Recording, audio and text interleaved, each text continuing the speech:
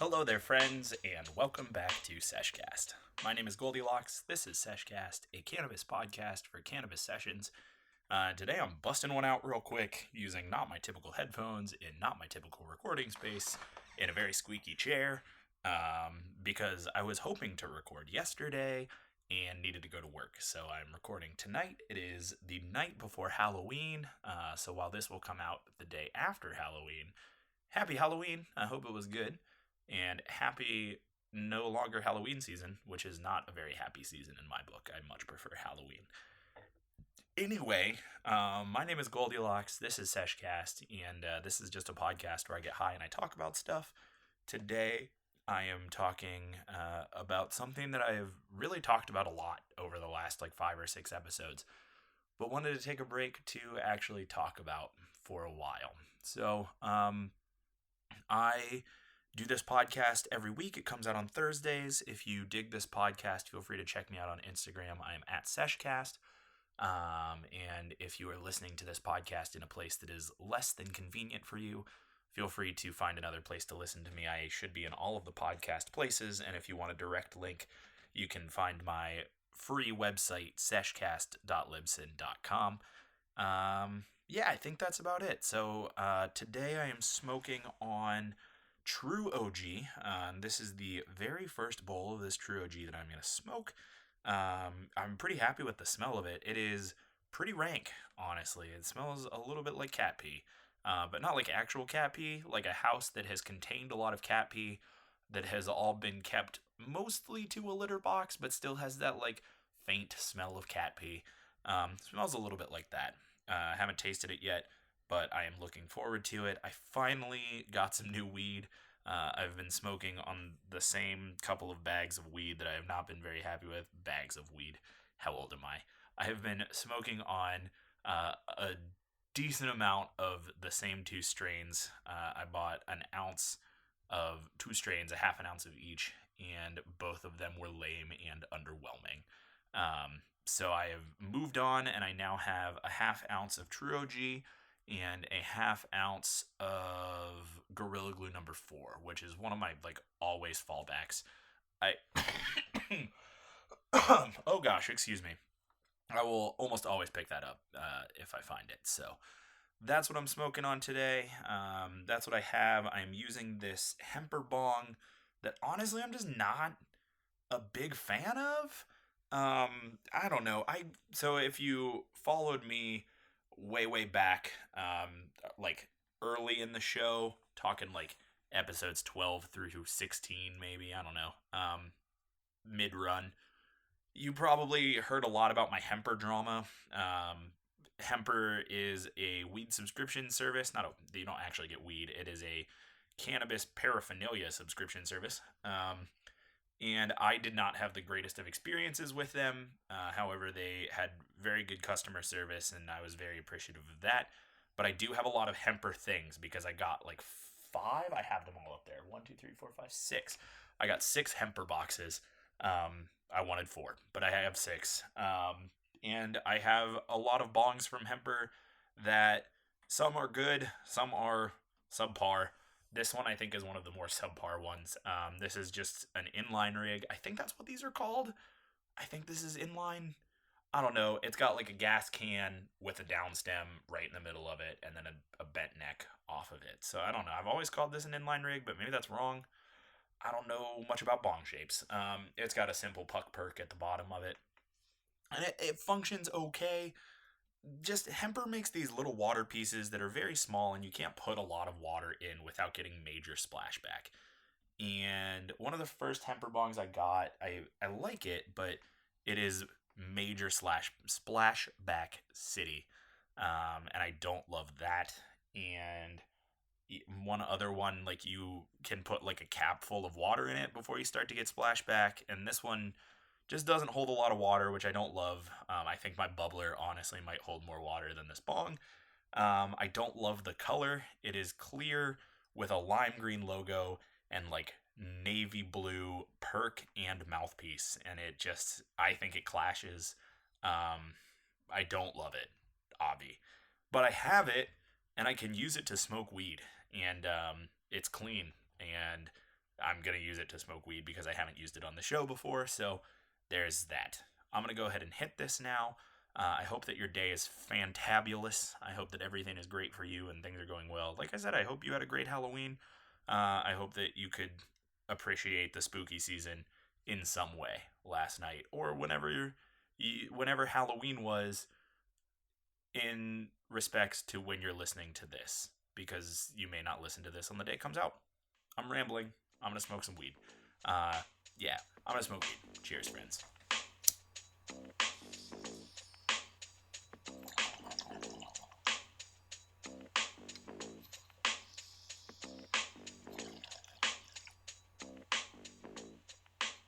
Wow, that tastes very good. That is, gosh, like right in the middle of the roof of my mouth. Oh, hold on.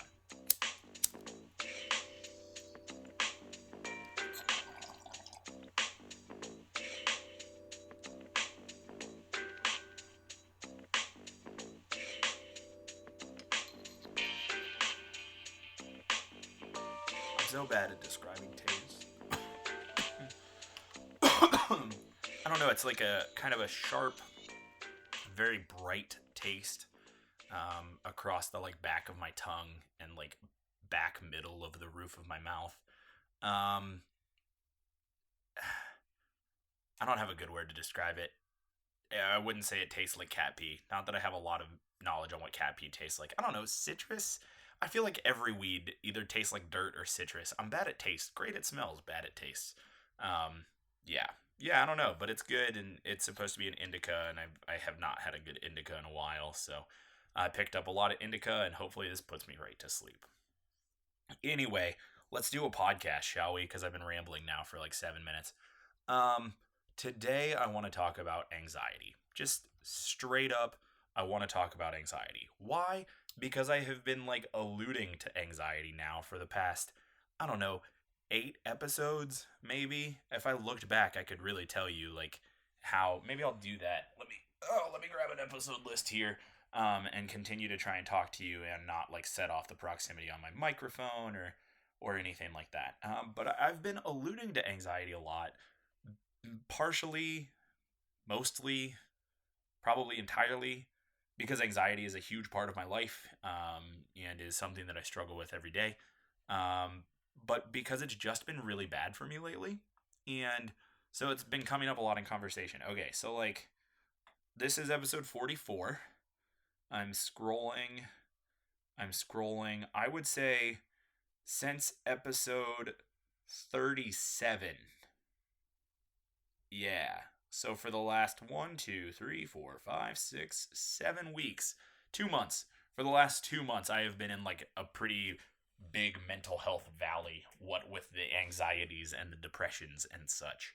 And a lot of that has been driven particularly by my anxiety. And so these last few days, 5 days maybe, I have been making a very conscious effort to try and turn around here a little bit. Because I just had some conversations with some friends and talked very open and honestly about where I'm at with my life and where I'm at with my mental health game right now. That I'm trying really hard to be better. Because as many people with mental health will know, one of the hardest things about improving your mental health state is that to improve your mental health state, you have to do literally the exact opposite of all the things you feel like you're capable of doing. Excuse me, late onset cough. What I mean by that is like, as far as mental health goes, if you're super anxious or super depressed, typically the things you need to do to make yourself less anxious and depressed are to just go out and do the things you feel like you can't do. More or less meaning that doing the things you feel like you can't do will make you feel better. Now, I don't want that to be misconstrued as me saying like, if you're depressed, just be happy and then you won't be depressed anymore. Because like that's a real thing that people say, and it's a real stupid thing that people say. You can't just think away mental health issues, at least not in my experience. And as far as I know, not in the experience of literally anybody else. If you are dealing with an actual mental illness, um, mental health issue, you can't just think it away.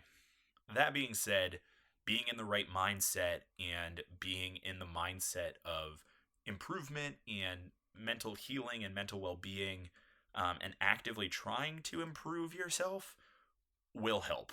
And that is the only validity I see to the whole. Well, just be happy, and then you'll be happy. Whatever. Um, so I had a conversation with some friends here 5 days or so ago about where my head has been at, and I think for myself, just kind of admitting some of the things that I have been doing um, because of my anxiety. Things like overestimating the amount of time tasks will take me and not doing them because of that. That has been a big one for me lately, of thinking to myself, oh, I don't have time to do this. I don't have time to do that. I don't have time to do this. When in reality, I have plenty of time to do those things, but because of my inconsistent work schedule and because of my sporadic amount of time off, and when that time off happens, I've been feeling like I haven't been able to accomplish anything, or I haven't had the time to start anything, and so I haven't been doing much of anything. So things like that, things like just being very dismissive of the amount of effort that my friends are putting in, and not being like I don't know, complimentary enough. That's, I think, a bad word for it, but not acknowledging um, the things that my friends are doing for their own mental health and for my mental health in particular, things that people are trying to do for me. And I'm not ignoring, I'm just not vocalizing how appreciative I am of that. And all of these things that my anxiety has really been pushing me to do. And I finally just had that conversation with some folks, and they reciprocated to me that those things were real and that I very much was doing those things, and that they have been watching me do those things and seeing me do those things. And so for me, it really justified, well, not justified, but like really put into perspective where I have been, because often I feel like my own mental health issues and my own anxiety is just my own thing to deal with, and like that I am the only one who feels the effects of it, and that there aren't any outward effects, and other people can't tell and aren't affected by how my mental health is. And what I was told by people who I care very much about, was that I really am doing some of these things. I really am, blowing off easy commitments and falling behind on tasks and not being appreciative of the time that I have. And I just really talked openly about these things with them, and it was very, very helpful for me, because it showed me that I'm really doing those things, and that there really is a negative effect of my mental health on other people, and all of these things. And that was something that has really pushed me to make positive improvements in my life. And one of the things that I'm trying to do, one of the things that I always try to do when I'm having major mental health issues, is to just very logically process and think through what is making me feel the way that I am feeling. Which has just been something that's always incredibly helpful, or excuse me, has been something that has always been very helpful for me, is just saying, why am I feeling the way I'm feeling? What is the base issue that I can find? Because the farther down that you can boil something, the easier it is to solve that issue. If you know this is the one particular thing that is setting off all of these other chain reactions and emotions and thoughts within me, how can I go fix that one thing? How can I get to the root of the problem and just knock that out?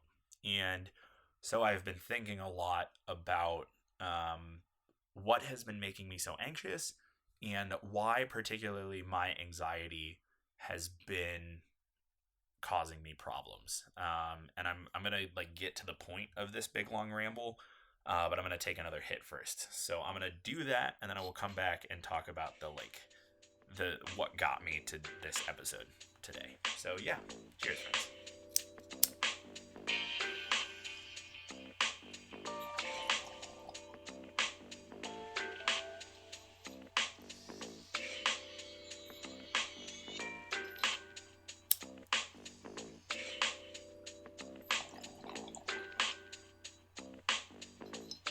You know what it is? The bowl doesn't fit well in here. And it's not that, like, this is a 10 millimeter downstem and I have a 10 millimeter bowl in here. Like, that is the case. The issue is that the glass on glass is just like, it's in this very, I don't know what the good shape for this, or the good description for the shape is. It's very much like a black hole. There's no edge or lip or real seal between the glass. So you get that really airy pull, and maybe you can hear it over the music. I don't know if you'll be able to or not, but it doesn't chug very well. Like, hold on. So it chugs okay, but if you listen, and I'm gonna inhale with this with the bowl in, but I'm not gonna light it. Hopefully the like audio, my filter and my processing doesn't eliminate that sound, but there's just this really airy whistle, and I think it just kind of ruins the function of the bong. Yeah. All right. So anyway, I'm sorry about that. What got me to this episode today is that one of the things, or one of the conclusions that I've come to, and I don't think that this is necessarily a new thing. I think that I've always sort of known this, and I've always sort of felt this way, but I don't know if I've ever talked about it to myself or put it into words to myself. But I think that the root of anxiety is fear, at least for me. Maybe it isn't like this for everyone. I'm trying hard to remind myself that my mental health is different than everybody else's, and everybody processes things in their own way, and there are a lot of similarities, but often I feel like I can be very know-it-all-y about mental health, and I don't necessarily want to be. I want to share my thoughts and opinions on mental health in hopes that it will help someone else come to their own productive conclusions and come to their own beneficial ideas about their own mental health. But I don't want to sound like I am a know-it-all or anything, or that I am a what's a good word, that like an expert, I think. Because I feel like often people say, well, this is what I'm experiencing and this is what's working for me, so it must be working for everybody. Do it. And so, like, I don't want to be that way. I don't ever want to come off as that type of person. I know there are plenty of things that work well for me and my mental health that don't work well for others. Weed is the perfect example. I consume a lot of cannabis. I smoke a lot of weed.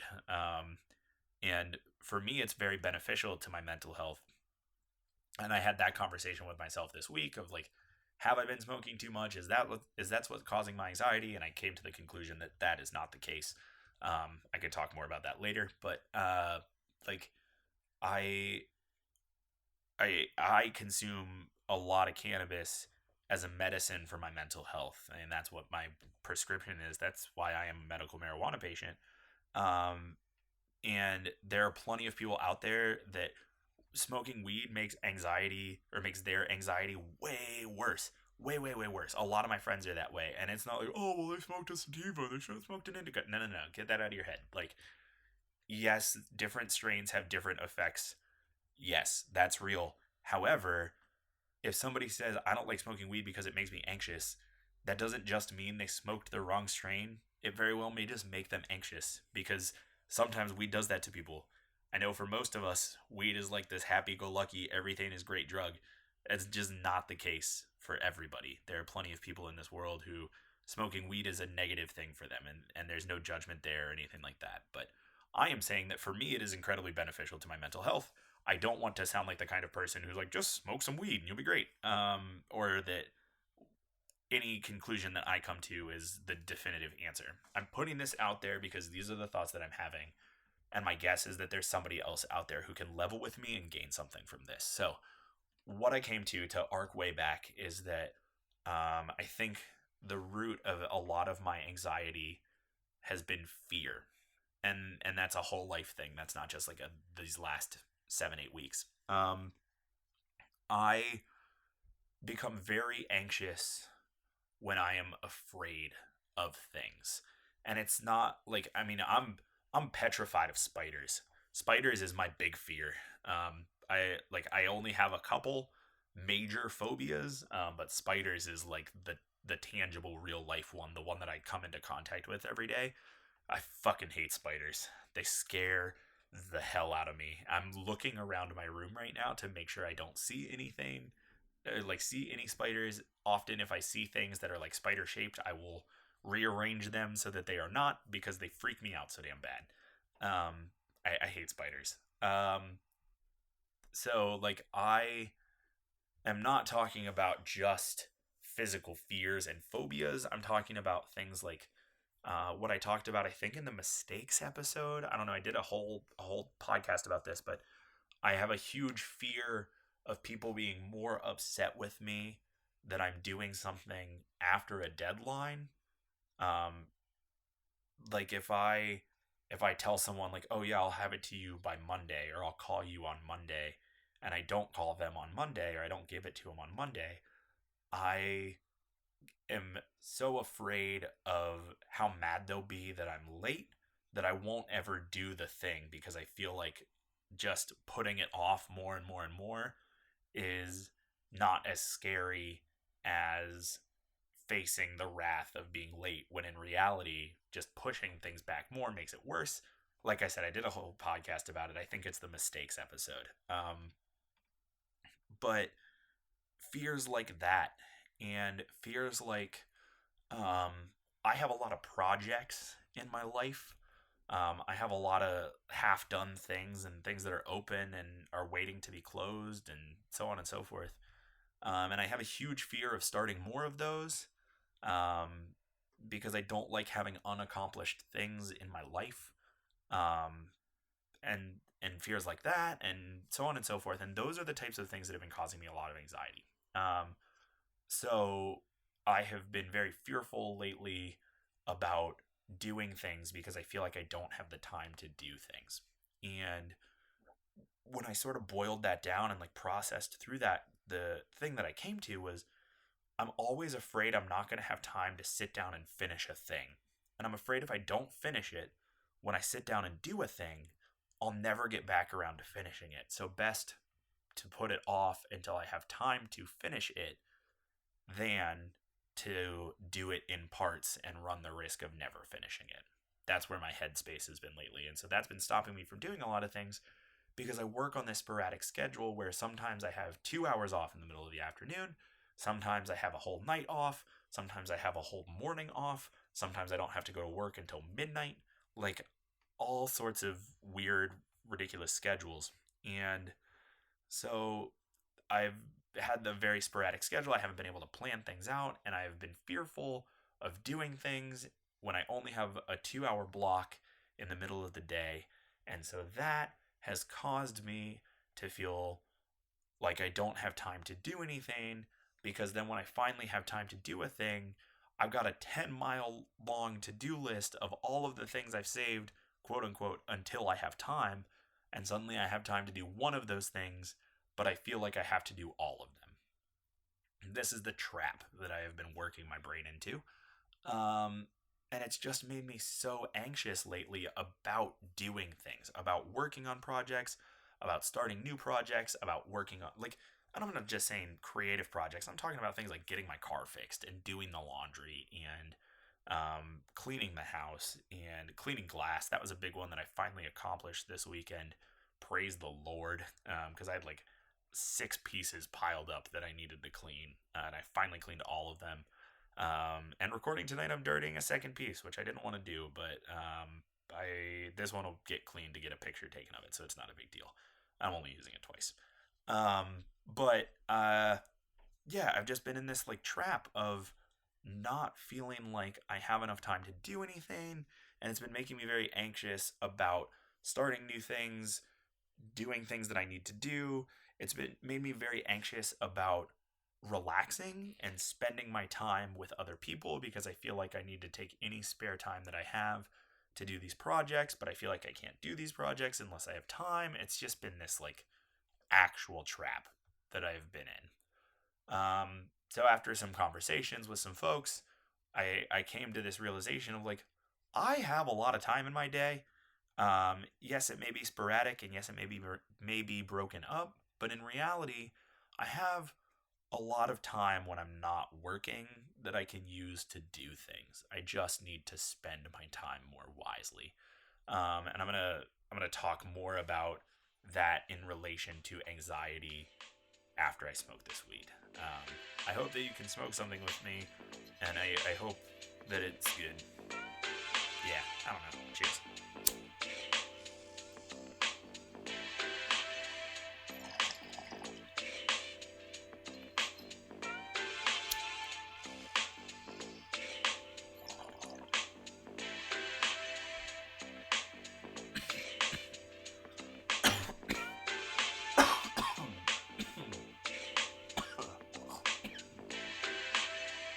I have been smoking out of bongs way more lately, just because this cough has been bringing me down so hard.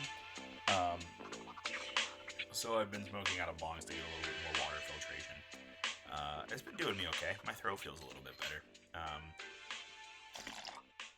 so, um, to talk more about anxiety, I have hit this point where I realize, okay, I do have some time in my day. Okay, I do have the ability to do some of these things. I just need to do them. I've come to this realization, and I have been trying to use that realization to um, combat my anxiety, because that's the next step of this, right?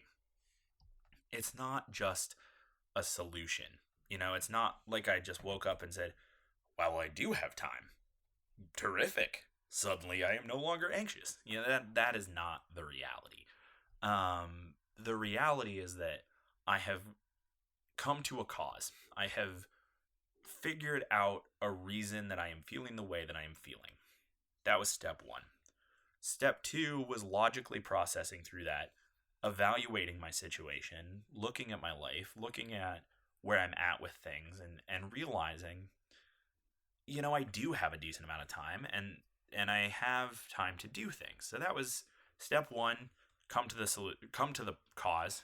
Step two, rationalize the cause and eliminate some of the fears surrounding that cause. So that was where the anxiety and fear came to a cross. Step three now is combating the actual anxiety, because all right, I figured that out. Doesn't just magically make it better, for a couple reasons. Reason one is I still have to actually do all of these things and continue to do these things and continue on this path so that I am not anxious.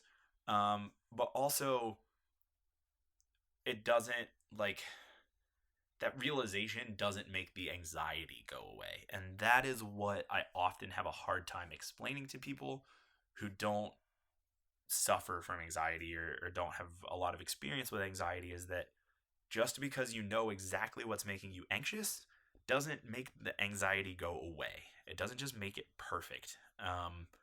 It is helpful in some cases, but not in all cases. Um, it like Anxiety is so deeply ingrained and comes from such a visceral, uncontrollable part of your mind that knowing what's causing it doesn't make it go away. And I would like to make that same relation to fear, because I think that when you're terrified, like when you are actually very scared, you get the closest to anxiety that you will ever get if you don't actually have anxiety, like clinical anxiety, panic disorder, that. Um, and so to make that correlation, say you are afraid of spiders. If you are in a room and there is an army of spiders crawling towards you, man, not an army, I don't know, I would say like 10 large spiders crawling directly towards you, um, you know what is scaring you. It is the 10 large spiders crawling towards you. That is what's scary. That doesn't make it not scary anymore. It doesn't mean like, oh, well, those are those 10 spiders, those things that I am terrified of. Obviously, that's why I'm scared. It doesn't make it not scary. It doesn't make you not scared. That's how anxiety is, kind of. Just because you know what's making you anxious doesn't make you not anxious anymore. So I am in the process, step 3, of using this logical solution to combat my anxiety. I will admit that this weekend I got really lucky. This weekend I had effectively 2 straight days off. That never happens to me, ever. But I had like 45-ish full hours that I had nothing to do but knock things off my to-do list. And I was very successful due to a lot of love and encouragement from folks who are very close to me. And I got a lot of things off my to-do list, set myself up in a very good place this week, and basically wiped off my 10-mile long to-do list to a point where I can say I'm going into this week fresh. That has been a huge help and a huge, like, big plus for my anxiety and combating that anxiety. Now I am at the point where I'm sort of teetering on this. I know that tomorrow I could get 2 things on my to-do list and be too tired or whatever to do them in the middle of the day and not do them.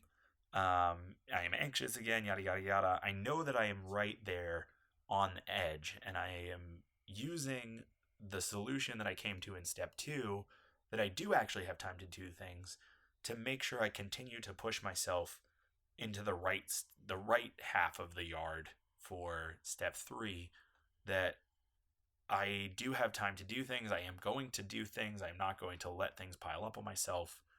I am going to continue to remain in a positive mental health state. That is kind of where I'm at right now. And that is daunting.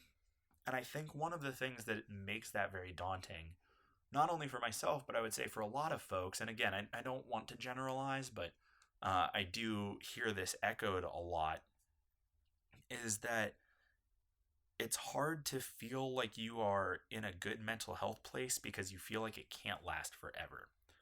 I level with that hard as someone who has a diagnosed panic disorder and who really, really struggles with anxiety. I know that when I am not in an anxious part of my life, when I'm having a good day, good week, good month, good whatever, I get caught up on it not feeling very real, and I make it worse because I feel like this can't last forever. This is too good to last forever. I'm not cured. This is just like, and I want to continue to tell myself that, let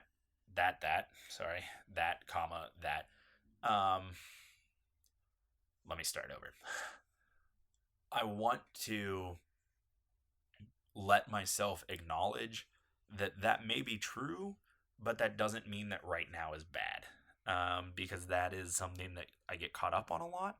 And I think that sort of ties back to the whole fear thing where, I get anxious because I feel like my good days most certainly won't last forever. And so I get fearful of when it will end. I get fearful of how I'm using my good days, and I end up making my good days into bad days, and here we are again. I'm trying to remind myself that that is normal and that happens, and that just because it goes away doesn't mean it'll never come back again. I've been trying really hard to focus on that lately because I, in the last 5 days, have sort of gotten myself to this point where okay, here we are, we can enter into an okay phase, and push on here. Let's not muck this up. And so I'm trying really hard to remind myself and tell myself that things are going to be cool for a while, or will hopefully be cool for a while, and eventually it might fade away and things might get kind of crappy again, but that's okay. We're going to come back from it just like we always do. Resilience and all that. I don't know. That's just kind of where I'm at right now. I want to take a hit to that, and then I want to talk about some other things in my life that have been kind of putting me in this situation. So let me take a big old rip here. And by big old rip, I mean very airy, half bubbled, not really diffused, kind of yellow rip. Cheers.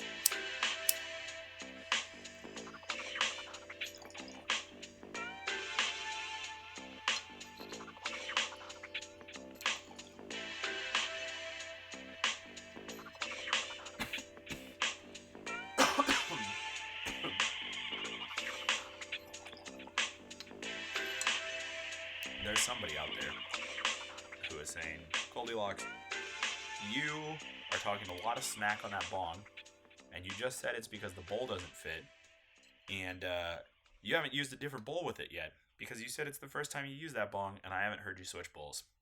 And to you, I say, you're right. Maybe that fixes the problem. I don't know. I will say that it doesn't stop me from thinking that this bong is ugly, and that the colors aren't great. But I will say, credit given where credit is due, this bong is very comfortable to use. It's at like a really good height. It kind of feels like a hand bubbler. It's definitely a one hand, like a hand holdy piece. The neck is bent well. And you can just kind of like hold it like a joint, which is cool. It's got a nice little like finger crutch in here that I like. So credit given where credit is due. Comfortable piece. For me, not very functional. Yes, a new bowl might fix it. I don't have a new bowl. Well, that's a lie. I have 1, 2, 3, 4 bowls within an arm's reach of me. I have 4 bowls within an arm's reach of me. I'm not going to try them right now. Deal with it. Things that have been going on in my life that have been making me very anxious. I feel like another thing that I've alluded to a lot on the podcast is that I'm on the hunt for a new job. That has been a major cause of a lot of my anxiety. If you have not applied for jobs recently, let me tell you that it is the worst. I hate it. But I'm in a point right now where I'm just trying to change up life a little bit, and I need to change up life. And with changing jobs means hopefully a change of location to somewhere that I can be a little bit more comfortable and have a little bit better access to not only like friends and family, but to activities that I like and things that I like to do, and be in a little bit more of an outdoorsy area, and be in a better monetary situation, just a lot of things. So I'm in that process right now, and that is killing me. Like, oh man, it's the worst. And I've been at this for a couple months, like going on 6 months, I would say. And it's been not the best. So I am in that process, and that is eating up a lot of my mental energy. That is the truest of the true reasons where a lot of my anxiety and depression and mental health issues are stemming from right now. Why I'm having, so to say, a bad day or bad week, bad month, bad couple of months, is because I'm using all of my mental energy to try and find a new job. So that is a reality. I have also been struggling with changing up work schedules to a point, or to a schedule where it is more difficult for me to get into the gym myself and work out and climb. And so my physical health has been sort of failing. And if there is one thing that will really just wreck your mental health, it is declining physical health. That is the quickest way to make your brain feel like shit, is to let your body feel like shit. Not but have your body start to feel like shit. So I've been struggling with that a lot recently. The weather has been making me really sick. I just really struggle with the like kind of gross humidity that we've been having. But it's finally cooling off, so that's great. But then I got a cold, and so I've just been kind of sick and fighting off a lot of things, and all of these things are ramping up my anxiety because I'm not sleeping very well. I am checking my email constantly. I'm always staring at a computer.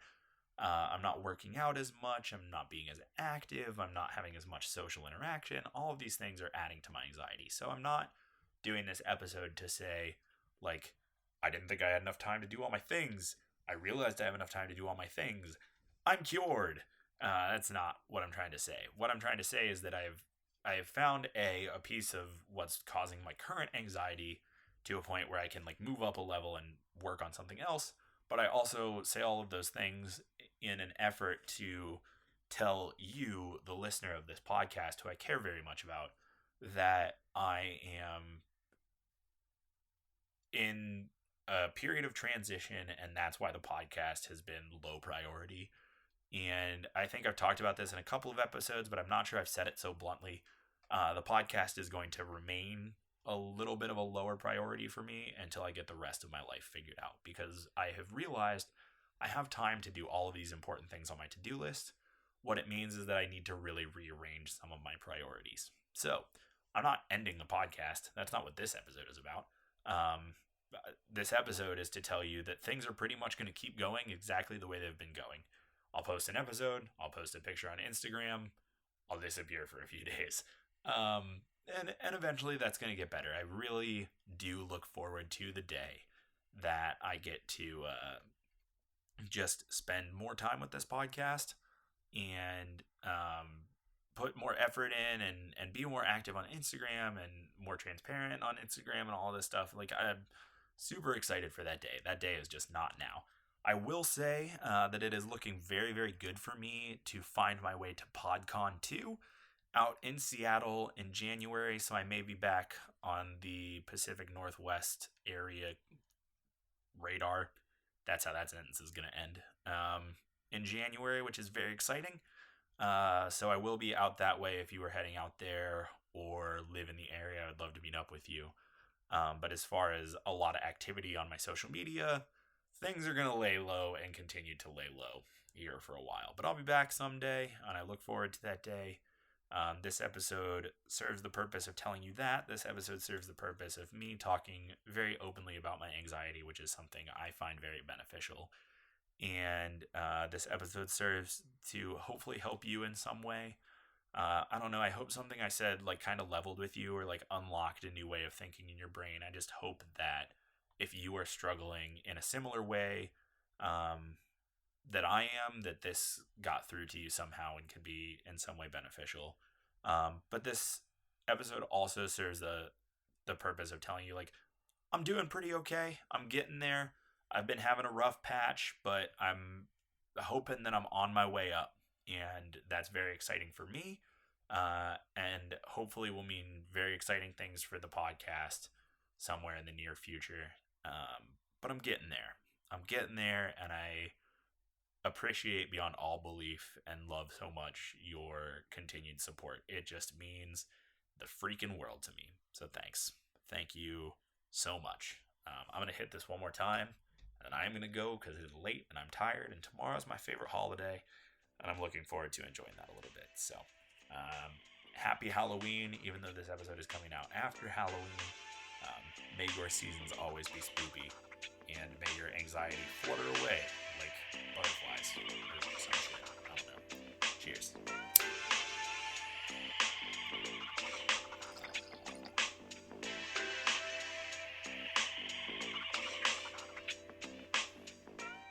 My name is Goldilocks. This has been Sesh Cast. Thank you so much for listening.